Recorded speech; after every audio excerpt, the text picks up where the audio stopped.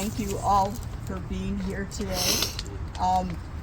We do ask that everybody who participates in one of our events signs a statement of peace. Things that the Knights of Columbus have done that you may be aware of or not aware of.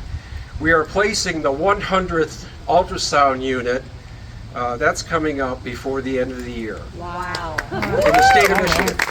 Now, it's not only, it happens in northern Michigan, Marquette, in the UP, down to Monroe, Grand Rapids, Alpena, Traverse City, and several locations in southeastern Michigan, all in the defense of life.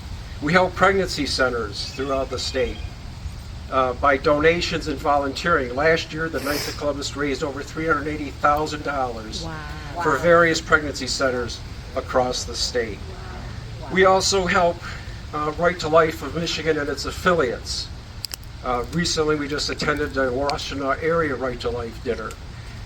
Protect Life Michigan with our students, helping them. Sidewalk Advocates for Life, and probably some others that I may forget, but one I can't forget about is the Livingston County Ultrasound Initiative for what they do. And thinking about all those things just reminds me of a quote from Mother Teresa, which she said, "I can do things you cannot. You can do things I cannot. But together we can do great things." Yeah, absolutely. So maybe with a slight twist on it, the Knights of Columbus can do things your organizations cannot. Your organizations can do things that the Knights of Columbus cannot. But together we can do great things. Yeah. Together we can pass legislation to help the unborn. Together we can serve our pregnancy centers. Together we can teach those young high schoolers and colleges the truth about abortion. Together we can certainly encourage all to be pro-life. I really want to thank you, and for all of us being here, Congressman Walberg, once again, standing in front of these doors that someday we may close with some prayers and hope. Thank you very much. Amen. We have our U.S. Congressman Tim Walberg with us. I and my wife happened to be in Washington, D.C. in April, and we lined up a meeting with Congressman Walberg before that, hoping it would work out, and it did. And we met him in his office, very nice office, in fact, that we sat there on couches and just had a down-to-earth, heart-to-heart conversation. And I was so impressed by his passion for prayer, first and foremost, and then his passion for the sanctity of life and defending the sanctity of life. And I thought, boy, what a great person to have, especially with our government situation today and how things are going on, that to have somebody that we can say, hey, there is hope, and there is people that are working towards God-pleasing ends, and especially when it deals with the sanctity of life. So I invited him. It's a blessing to have him here on this gorgeous day. And once again, thank you. It's an honor to have you. Pastor, thank you. Thank you very much. And Ed, thank you as well. And all of the Knights. As a Baptist Christian, I've said to a lot of my friends and colleagues in the pastorate, if we didn't have the Knights of Columbus doing what they've done for years and years, we wouldn't be as far ahead in dealing with this issue and giving people life and saving a lot of babies because of the ultrasound and other things that the Knights do. It's great to be with you. Sometimes we talk about Ann Arbor being the belly of the beast. The challenges that are here of people who have been caught up with a lot of lies that have changed lives in many cases for the worst.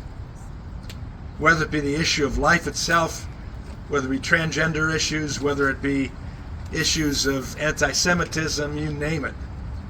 What's going on here, and yet this is a place of an intense opportunity for ministry to share the love of Jesus with people who have been caught in lies. They're victims, not criminals. And sometimes our language goes the wrong directions. I came across Jeremiah 4:22 in my devotions this morning. And I read right past it, and I thought, whoa, what did that say? I went back. This is at 5:30 in the morning, so sometimes God has to wake me up gradually through my devotions. But this woke me up because it is so pertinent to what we're living with today. And I'm going to paraphrase it, add a couple words, the Walberg translation here, but it's faithful to the message. For my Michiganders are foolish. They know me not. They are stupid children and have no understanding. Hard words coming from God to Jeremiah. They are shrewd to do evil, but to do good they do not know. Let me read it again without putting Michigander in. For my people are foolish, they know me not. They are stupid children and have no understanding. They are shrewd to do evil, but to do good they do not know. Folks, what took place when we had the opportunity as a state that had put a 1931 law in defending life. And I think we became complacent thinking that Roe v. Wade, wow, it's done, it's gone. We forgot that all these years there have been other forces, including this one here, educating people to think differently than those that put that law in place in 1931 and said, it's a no-brainer to preserve life. So what do we do to change the law so that life is protected again? Well, that's the beauty, as we were talking earlier here. I said, I only have to worry about changing hearts and minds. Absolutely. Right. And I can spend my days doing that and say, don't talk to me about politics. Don't talk to me about a national pro-life law or state pro-life law. None of that will be effective until I can, and others like me, can get to your heart, to your mind, to see the sanctity of life, to see the deity that we have as image bearers of the Creator God, and all that He has placed in us. Do you understand that? I mean, that can come with love, that can come with compassion. I don't have to get in the face of anybody. I can say, hey, you deal with that if you got to deal with it, but I'm concerned that you don't understand the beauty of life and what it was intended to be. Amen. And so I'm calling on you today to join me in not worrying about the laws.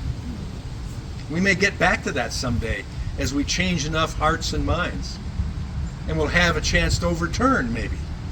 But even if we don't, we can save lives. We can spare lives. They can have a law in place, but if nobody uses it, hey, we win. We win. Children win, mothers win.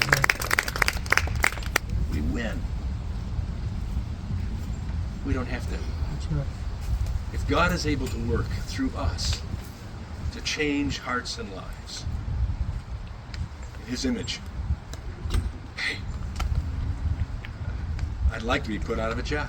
And we can do that together. So I want to thank you for coming out today, for lovingly, graciously, truthfully taking a stand, and having the honor of the one we serve, but the audience of one that I and I hope you all serve, and want His well done.